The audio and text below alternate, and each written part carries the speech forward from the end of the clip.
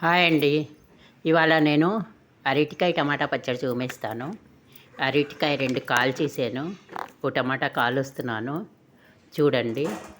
అందులోకి నేను కొంచెం ధనియాలు, ఒక స్పూన్ అనుకోండి 2 అరటికాయలకి, ఒక అర స్పూన్ జీలకర్ర, మెంతులు ఇంకొంచెం తక్కువ, కొంచెం ఆవాలు అర స్పూన్కి తక్కువ వేయండి. మెంతులు, జీలకర్ర, ఆవాలు, ధనియాలు, ఎండుమిరపకాయలు ఇవి వేచాలి. ఇప్పుడు మెంతులు, ధనియాలు, జీలకర్ర, ఆవాలు వేచేస్తున్నాను. వేచి తీసి కొంచెం ఎండుమిరపకాయలు వేచుతాను.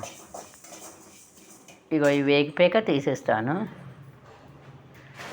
ఒక 10-12 ఎండుమిరపకాయలు ఇప్పుడు తీసాను. ఈ పప్పు పెట్టాను కదా, ఇది అయిపోయాక టమాటా కాలుస్తాను. మీకు కావస్తే 2-3 కాల్చండి. నేను 2 అరటికాయలకు ఒక టమాటా కాల్చాలి. అరటికాయ శుభ్రంగా కాల్చేసాను, చల్లారడానికి ఉంచాను. చూపిస్తాను. తొక్క తీసేయాలి. అది చాలా బాగుంటుంది అరటికాయ పచ్చడి. ఒకసారి చేసి చూడండి. అరటికాయ పచ్చడి ఇంతకుముందు చింతపండు పచ్చడిలో ఆ టేస్ట్ అనిపిస్తుంది. ఇక ధనియాలు అవి వేసేసాను. ధనియాలు, జీలకర్ర, మెంతులు, ఆవాలు, ఇది ఎండుమిరపకాయలు ఒక 15 దాకా వేసాను. ఎండుమిరపకాయలు ఇక ఇది వేగనిస్తాను. పొడిగానే, నూనె ఎందులోనే వేయను. ఒక నిమ్మకాయ సైజు అంతా చింతపండు నానబెట్టానండి. నిమ్మకాయ సైజు ఇంకొంచెం ఎక్కువైనా పర్వాలేదు. అరటికాయ కదా, కాలుస్తే కొంచెం చప్పగా ఉంటుంది. అంత చింతపండు పడాలన్నమాట.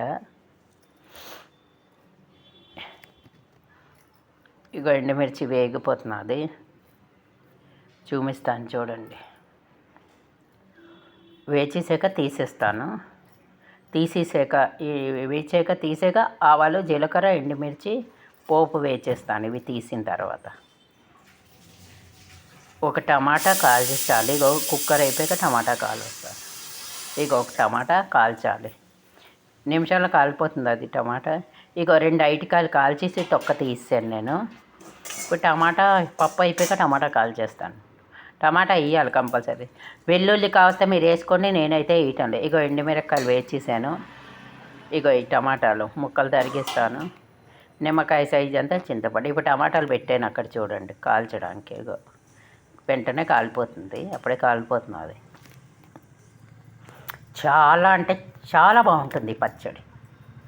కొంచెం నెయ్యి వేసుకుని తిన్నారనుకో భలే ఉంటుంది. ఇగో నిమ్మకాయ సైజు కంటే ఒక పిసరు ఎక్కువ చింతపండు, ఎక్కువైనా పర్వాలేదు. కారం, చింతపండు 2 ఉండాలి. చాలా బాగుంటుంది పచ్చడి.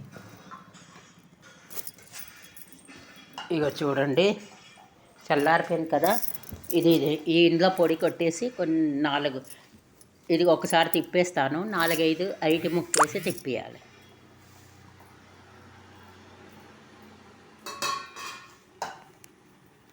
చూపిస్తాను చూడండి. కొంచెం గడ్డుప్పు వేస్తాను. ముక్కలు ఉప్పే వేస్తాను నేను ఎక్కువ.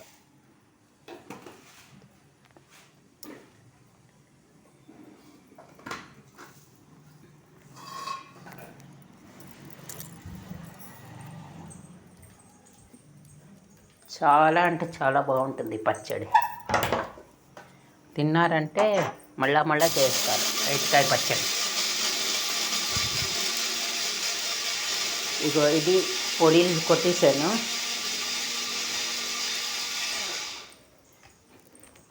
ఇది కానీ మిక్సీ సరిపోతే పెద్ద గిన్నెలో వేసి రుబ్బేసుకోండి. ఇష్టం, మిక్సీ గిన్నె ఏదైనా రుబ్బచ్చు.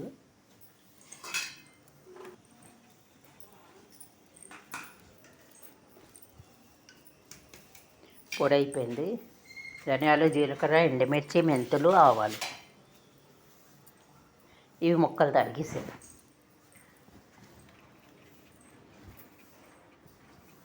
ఒక 2-3 ముందు వేసి రుబ్బుతాను.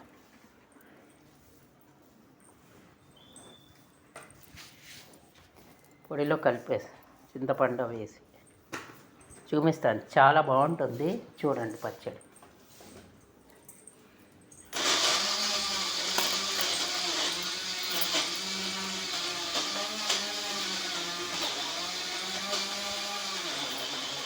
చూడండి. ఇందులో కొంచెం బెల్లం కూడా వేయాలండి, టేస్ట్కి బాగుంటుంది.